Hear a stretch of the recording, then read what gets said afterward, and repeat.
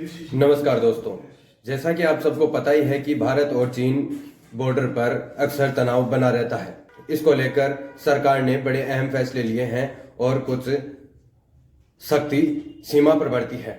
नमस्कार दोस्तों, मैं आपका दोस्त और होस्ट राज और आप देख रहे हैं द बम्बार्ड की इस पेशकश में मैं आप सबका स्वागत करता हूं। तो चलिए चलते हैं आज के मुद्दे की ओर। भारत और चीन के बीच पूर्व लद्दाख की सीमा पर कई सालों से जारी तनाव कम होने का नाम नहीं ले रहा है। इस बीच भारत ने चीन की हरकतों को देखते हुए और सैनिकों की तैनाती का फैसला लिया है। हालांकि चीन को यह पसंद नहीं आ रहा है।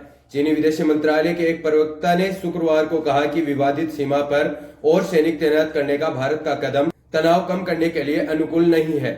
रिपोर्ट्स के अनुसार भारत ने चीन के साथ अपनी विवादित सीमा को मजबूत करने के लिए अपनी पश्चिमी सीमा से हटाकर 10,000 सैनिकों की एक टुकड़ी को उत्तरी सीमा के नजदीक तैनात कर दिया है। भारत के इस रणनीतिक कदम से चीन भड़का हुआ है।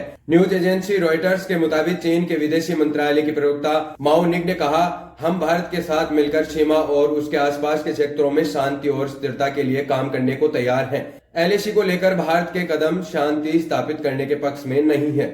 बता दें कि चीन के साथ तनाव को देखते हुए बरेली में स्थित उत्तर भारत यूए एरिया को एक पूर्ण आर्मी कोर में तब्दील कर दिया गया है। वर्तमान में यह मुख्य रूप से प्रशासनिक ट्रेनिंग और अन्य शांति उद्देश्यों के लिए तैयार एक मजबूत फॉर्मेशन है।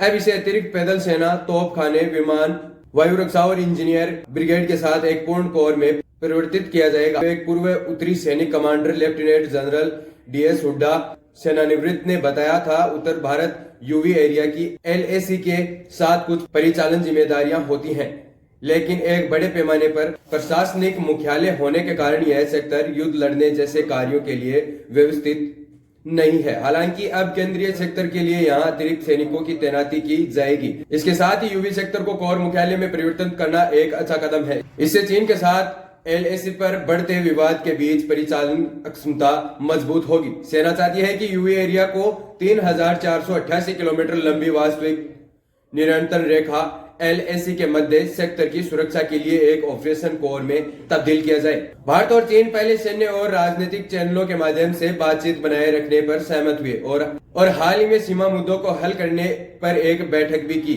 चीनी विदेशी मंत्रालय के प्रवक्ता मियो निंग ने आगे कहा, चीन सीमावर्ती क्षेत्रों की शांति और स्थिरता के रक्षा के लिए भारत के साथ काम करने के लिए प्रतिबद्ध है। हम मानते हैं कि भारत का कदम शांति की रक्षा के लिए अनुकूल नहीं है और तनाव कम करने के लिए भी ठीक नहीं है।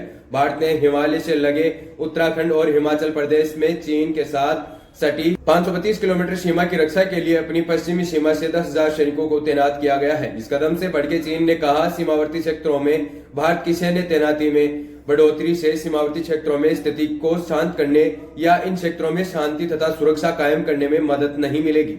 दोस्तों, आपको हमारी जानकारी कैसी लगी ये आप हमें कमेंट बॉक्स में बताइएगा। मिलते हैं जल्दी एक और अन्य कड़ी में, तब तक के लिए धन्यवाद।